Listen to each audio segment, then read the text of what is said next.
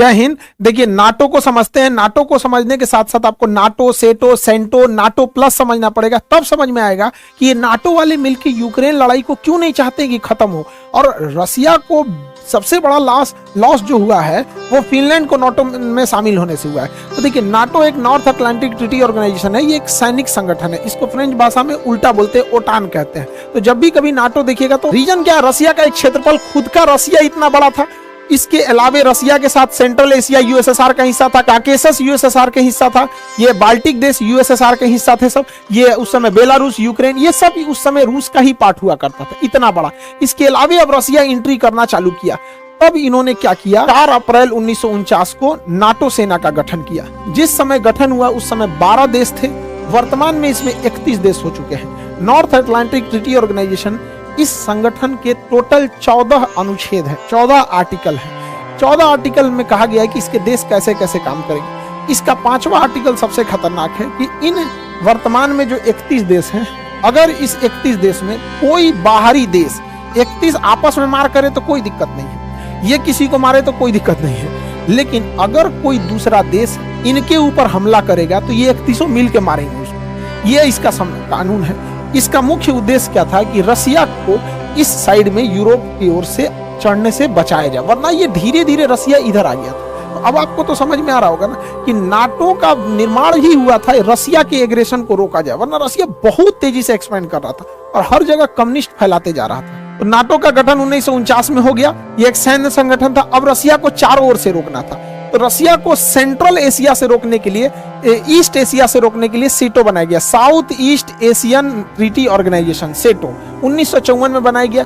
इसको हथियार, सेटो में मुख्य रूप से किसे शामिल किया गया, तो थाईलैंड को और इधर से फिलीपीन को, और नीचे में ऑस्ट्रेलिया और न्यूजीलैंड, ताकि इधर से ये लोग अमेरिका के फेवर में रहे। और इन्हें हथियार कौन दे रहा था, अमेरिका, ब्रिटेन, फ्रांस। इधर से ये लोग सपोर्टिव हथियार दे रहे थे कि इधर से चाइना, कोरिया, इन सबको बिजी रखा जाए ताकि रसिया इस साइड में बिजी रहे, और इधर से नाटो डायरेक्ट रसिया को इंगेज कर रहा था। अब इन लोगों को लगा कि हम दो ओर से रसिया चाइना को घेरते जा रहा है, इधर से घेर रहा है नाटो, इधर से सेटो, नाटो सेटो ना, ये हो गया सेटो साउथ ईस्ट, ये हो गया सेटो और ये हो गया नाटो।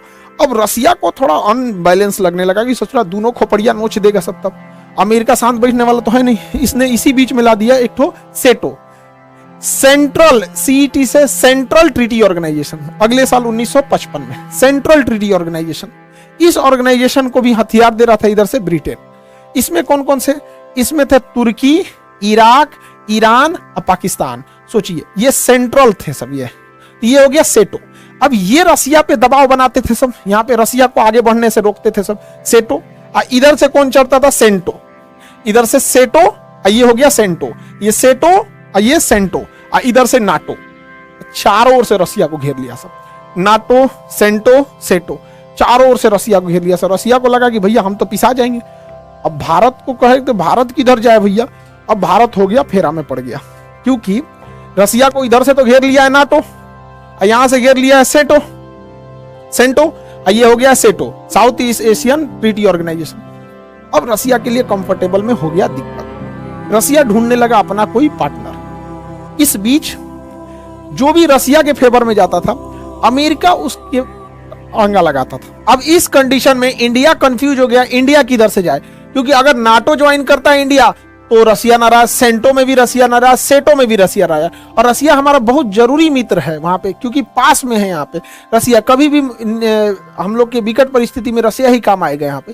तो हम लोगों ने क्या किया, उस समय जवाहरलाल नेहरू जो थे बड़ी समझदारी का काम किए। 1961 में इन्होंने कहा कि अमेरिका के फेवर वाली दुनिया को कहा जाता था पहली दुनिया, और रूस के फेवर वाले को कहा जाता था दूसरी दुनिया। तो जवाहरलाल नेहरू ने कहा कि अब हम लोग ना अमेरिका के फेवर में है ना रसिया के फेवर में, हम लोग तीसरी दुनिया के हैं। तो इसे तीसरी दुनिया या दक्षिणी दुनिया कहा जाता था। हालांकि इसका ऑफिशियल नाम था नॉन एलाइजिंग मूवमेंट, शॉर्टकट में नाम गुट निरपेक्ष, हम किसी भी गुट में नहीं रहेंगे। इसमें गुट निरपेक्ष में 4-5 लोग का नाम बहुत महत्वपूर्ण है। इसमें एक इंडोनेशिया का अहमद सुकर्नो थे, भारत से जवाहरलाल नेहरू, मिस्र के कर्नल नासिर और यूगोस्लाविया से जो थे मार्शल टीटो थे। ये लोगों का बहुत महत्वपूर्ण योगदान था कि हम किसी भी गुट में नहीं रहेंगे, और ये जरूरी भी था गुट में न रहना।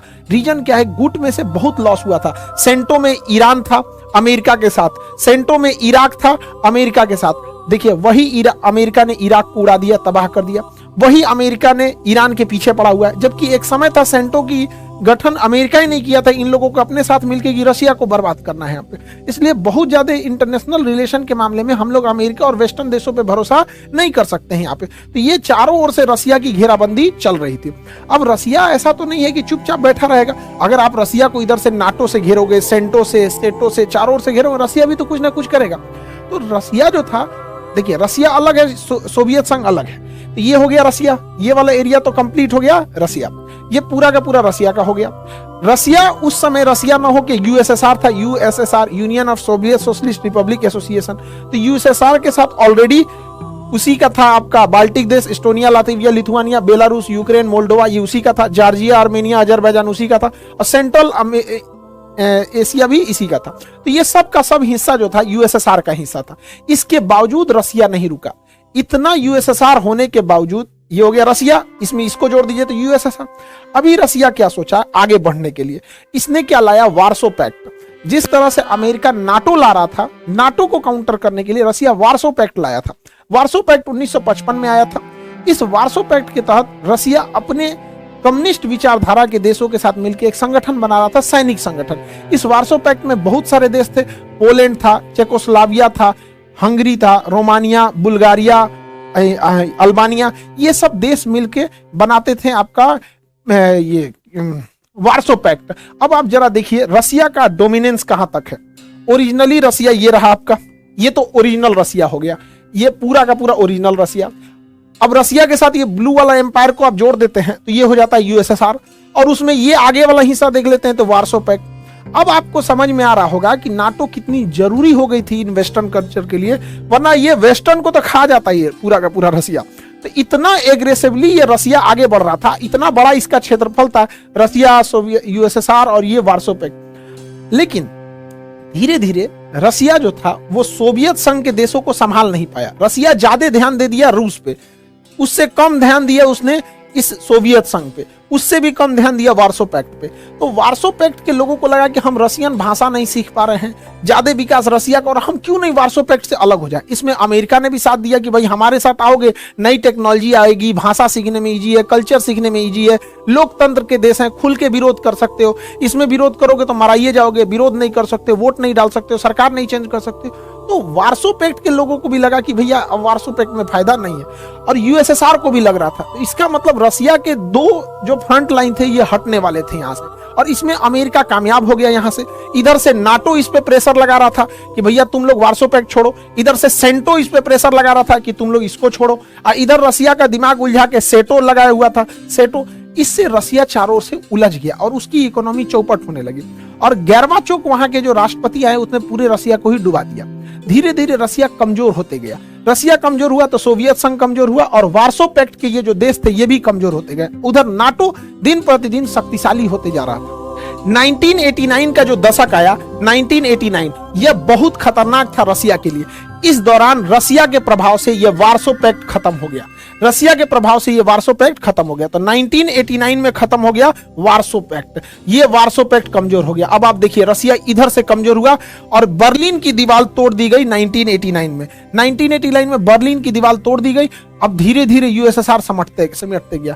दूसरा झटका क्या लगा यहाँ पर, ये वार्सो पैक्ट टूट गया, सारे देश कम्युनिस्ट छोड़ के धीरे धीरे वहां पर लोकतंत्र आने लगा, क्योंकि लोकतंत्र में सबको अच्छा लगता है। उसके बाद रशिया के लिए खतरनाक दिन आता है 1991, 1991। फाइनली रशिया के साथ जितने सोवियत संघ के देश थे वो टूटने लगे। सब इधर से टूटे, सब लातविया, एस्टोनिया, लातविया, लिथुआनिया, ये तीनों देश के लोग हाथ पकड़ के एक साथ खड़े हो गए थे, गाना गाते थे लोग। 3 देश तक लाइन लगाया था, सब सिंगिंग रिवॉल्यूशन कहा जाता है। एस्टोनिया,